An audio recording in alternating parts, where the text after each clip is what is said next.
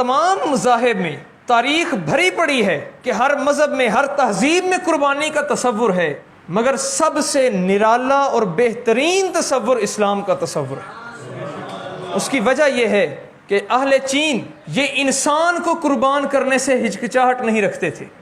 انسان کو قربان کر دیا کرتے، لیکن اسلام یہ اس چیز کی اجازت نہیں دیتا، بلکہ اسلام کہتا ہے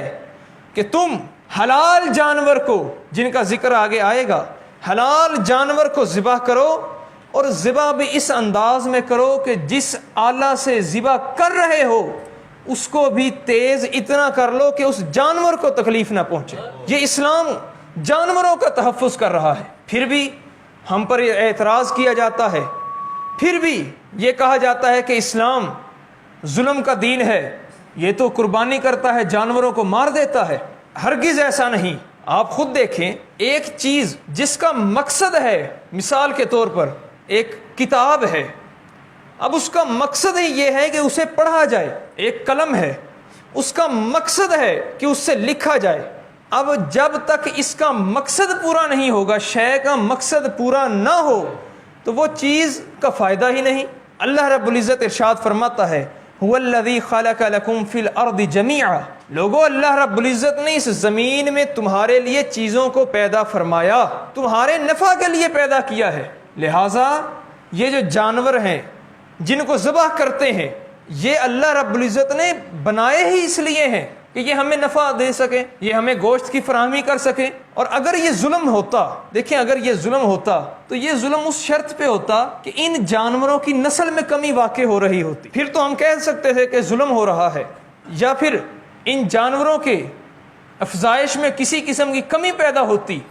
پھر تو مان سکتے تھے کہ ظلم کیا۔ لیکن جن جانوروں کا اللہ رب العزت نے حکم دیا، جن جانوروں کی ہم قربانی کرتے ہیں، ان کی نسل میں کمی ہرگز نہیں ہوتی۔ آپ ابھی اندازہ لگا لیں، خود اندازہ لگائیں، منڈیاں بھری پڑی ہیں، کیا پچھلے سال وہ گزشتہ سالوں میں قربانی نہیں کی گئی؟ قربانی کی گئی، اس کے باوجود اللہ رب العزت نے ان کی نسل میں کمی نہیں کی، لہٰذا یہ ظلم نہیں ہے۔ اسی طرح جبکہ اسلام نے نایاب جانور ہرن ہے، وہ مارخور ہے، پہاڑی بکرا ہے، اگرچہ یہ حلال جانور ہیں، ان کا گوشت حلال ہے،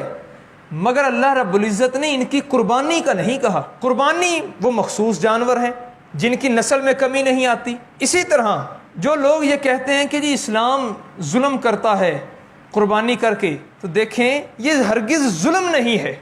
بلکہ بعض اوقات بڑے فائدے کے لیے چھوٹا نقصان برداشت کرنا پڑتا ہے، یہ کائنات کا اصول ہے۔ مثلاً آپ بیمار ہو جائیں، اب شوگر پیشنٹ ہے، اس کو انسولین کا لگنا، اگرچہ انسولین لگنے میں تکلیف ہوتی ہے مگر اس کے باوجود اس کی صحت اسی میں ہے کہ اسے انسولین لگے۔ اگر کوئی بندہ بیمار ہو گیا، اب اس کی شفا، اس کی صحت اس میں ہے کہ اس کو انجیکشن لگایا جائے، اس کو دوائی فراہم کی جائے۔ اب اگرچہ انجیکشن کے لگنے میں درد ہے لیکن اس کی صحت بھی اسی میں ہے، لہٰذا یہ ظلم نہیں ہے، بلکہ اللہ رب العزت ان جانوروں کو بھی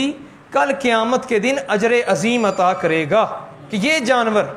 یہ میری راہ میں قربان ہوئے، اللہ رب العزت ان کو ضرور اجر عطا فرمائے گا۔